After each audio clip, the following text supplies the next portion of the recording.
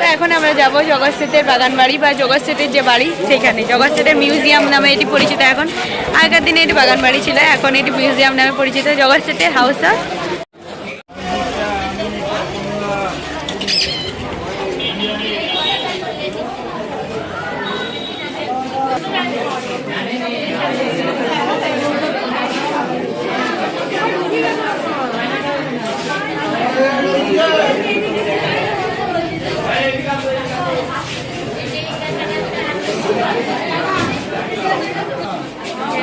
যুদ্ধের যে চিত্রপট এখানে স্থাপন করা আছে।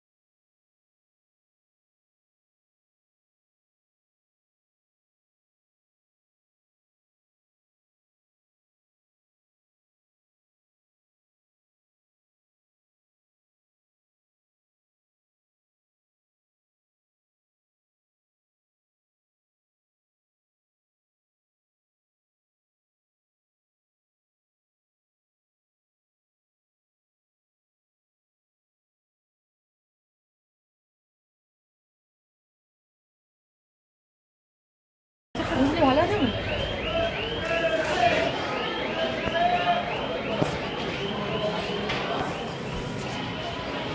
এই যে জগৎ সেটের বাড়ির এখন আমরা দোতলায় আছি।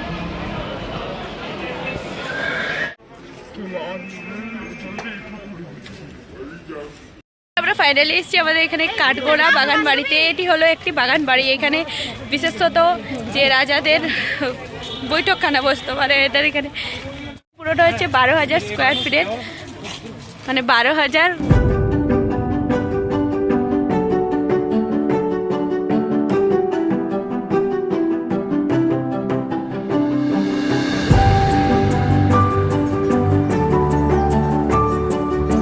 কি কি আছে দেখবার বিশেষ স্থান কাঠগোলা বাগান বাড়ি, প্যালেস মিউজিয়াম, এই যে সুরঙ্গ পথ বলা হচ্ছিল, প্যালেস, পুকুর, নাচমহল, অয়েল পেন্টিং, পার হেড 30 টাকা করে টিকিট।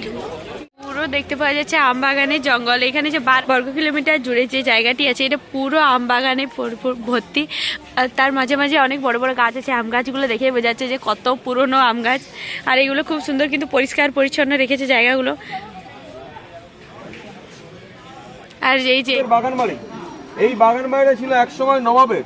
নবাব বলতে মোবারকউদ্দৌলা মির্জাফরের চতুর্থ পুত্র, ওনাদের কাছ থেকে রায় লক্ষ্মীপদ সিন্ধুকার এই বাগান বাড়ির জায়গাটিকে লিজ নিয়েছিলেন 999 বছরের জন্য 1200 টাকা। প্রথমে তারা এখানে শুরু করেছিল কাঠের ব্যবসা, গোলাপ ফুলের চাষ। কাঠে গোলাপ অ্যাডজাস্ট করে বাগানটির নাম দেওয়া হয়েছিল কাঠ গোলাপের বাগান বাড়ি। এখন এখানে কোনো গোলাপ ফুলের সেরম চাষ হয় না, কাঠের ব্যবসা হয় না। এখন নামটা পাল্টে গিয়ে হয়ে গেছে কাঠ গোলাপের থেকে কাঠ গোলাপ। গোলাপ ফুল দিয়ে আতর, পাউডার, সেন্ট ইত্যাদি তৈরি করতেন এবং বন থেকে দামি দামি কাঠ সংগ্রহ করে ফার্নিচার করে সেগুলি ব্যবসা করতেন। যে গেটে ঢুকে যে ডান দিকে ঘোড়া পিঠে মূর্তি দেখলেন দাড়িওয়ালা, উনি লক্ষ্মীপদ সিন্ধুকার বাহাদুর, উনি বাগান বাড়ির প্রতিষ্ঠাতা। এরা ছিলেন 4 ভাই, লক্ষ্মীপদ, ধনপদ, টিকিট কাউন্টারের সামনে পেছনে ছত্রপদ, মহিপদ, সিন্ধুকার বাহাদুর, এই 4 ভাই এটা বাগান বাড়ি। যে গেট দিয়ে ঢুকলেন গেটটার নাম নবাবত খান্না গেট।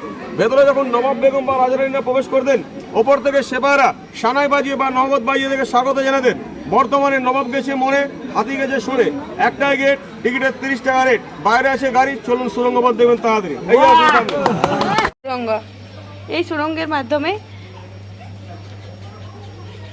পরে দেখতে পাচ্ছেন এই হলো সেই সুরঙ্গ, যে সুরঙ্গের মাধ্যমে ইংরেজি এখানে ভিতরে আসতো। দেখলেন এটা একটা জল আলাদা, পেছনে কুয়োটা দেখলেন সেটা একটা জল আলাদা, এটা সুরঙ্গপথের জল, এটা কুয়োর জল। তখনকার যুগে ইস্ট ইন্ডিয়া কোম্পানিকে ট্যাক্স ফাঁকি দেওয়ার জন্য সুরঙ্গপথ তৈরি করা হয়েছিল জগৎসরে বাড়ি পর্যন্ত। লক্ষ্মীপদ সিন্ধুগার মাঝে মধ্যে হীরাবাইয়ের হাত ধরে জগৎসরে বাড়ি যেতেন। এটা দেখতে একটা রাজস্থানী মডেলের বাউরি টাইপের মেয়েদের স্নান করার জায়গার মতন তারা করেছিলেন।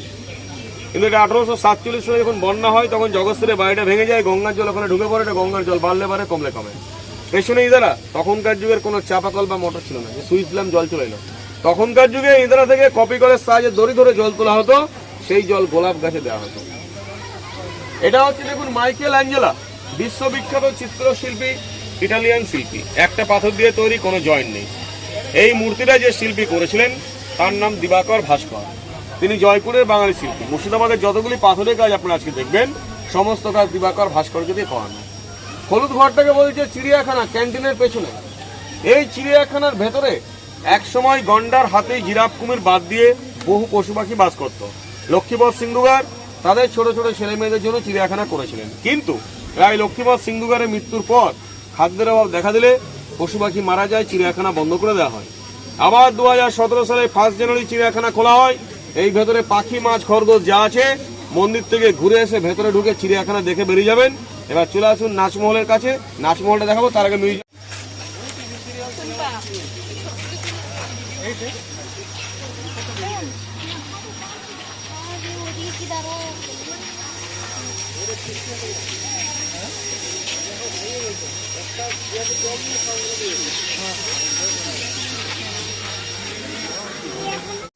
এই পুকুরটা দিয়ে মানে দেখবেন, এই পুকুরটার সম্বন্ধে বলে দিই একটু। এই পুকুরে 4 ভাইয়ের 4 রানীরা এক সময় স্নান করত। তাদের স্নানের সময় চতুর্দিকে দেখুন 4টে সাদা গম্বুজ রয়েছে। 4টে গম্বুজের মধ্যে 4টে মহিলা সেপাই পাহারা থাকত। এরা খুব শখ করে এখানে 2টো মাছ ছেড়েছিল বা পুষেছিল।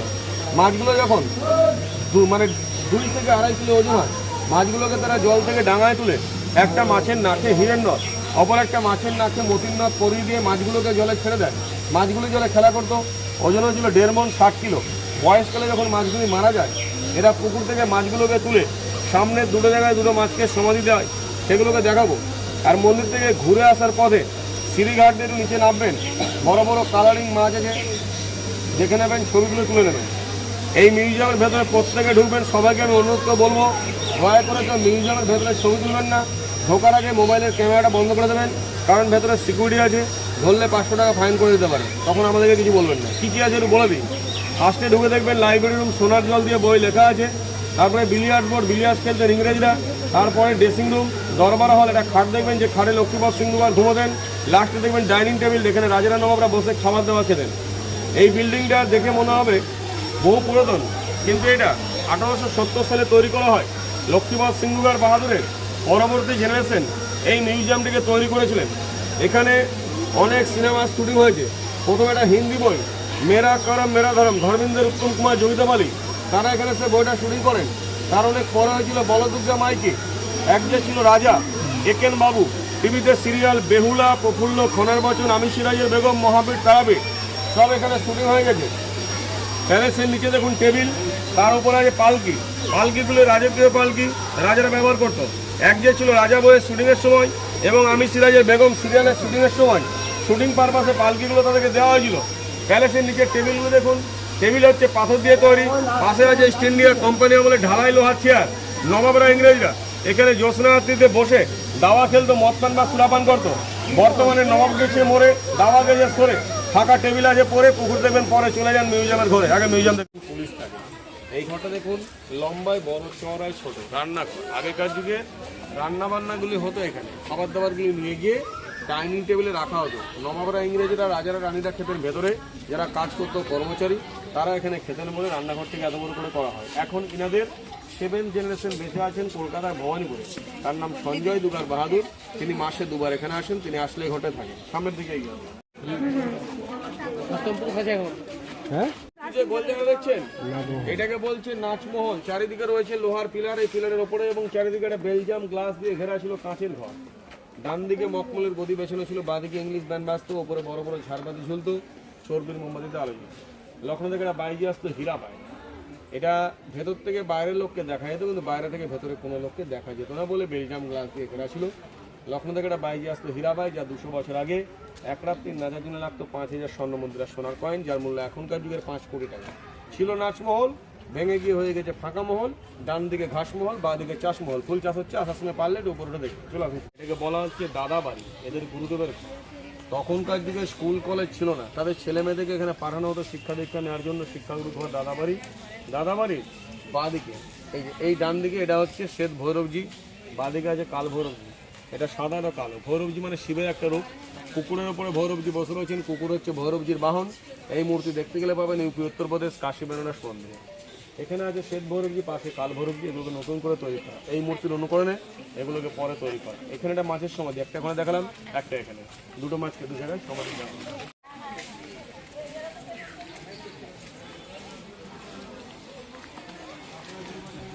এইখানে সেই যে মাছের মূর্তি বললো, এখানে একটি মাছের সমাধি, আর ওইখানে একটি মাছের সমাধি আছে। এই যে, আর এই যে কাল ভৈরবজি, আর এখানে এই যে কাল ভৈরবজি, আর ওই যে এখানে গেটের বাইরে শ্বেত ভৈরবজি।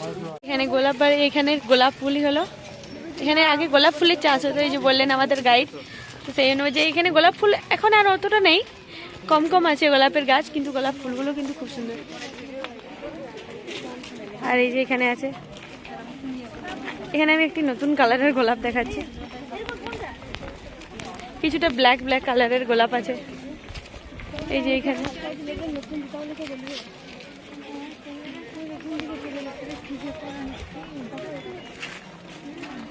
আমাদের গাইডের কথা অনুযায়ী এখন আমরা যাচ্ছি নাচমহল, যেখানে নর্তকীরা নাচ করতো।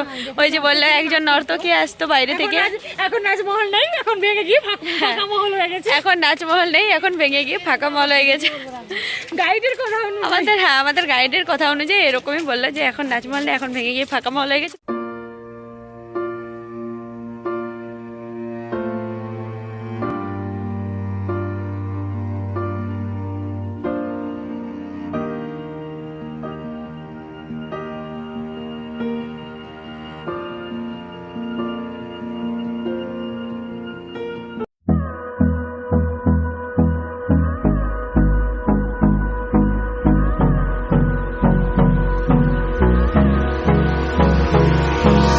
Hold me close till I get up. Time is barely on our side. I don't wanna waste what's left. The storms we chase are leading us, and love is all we'll ever trust. Yeah.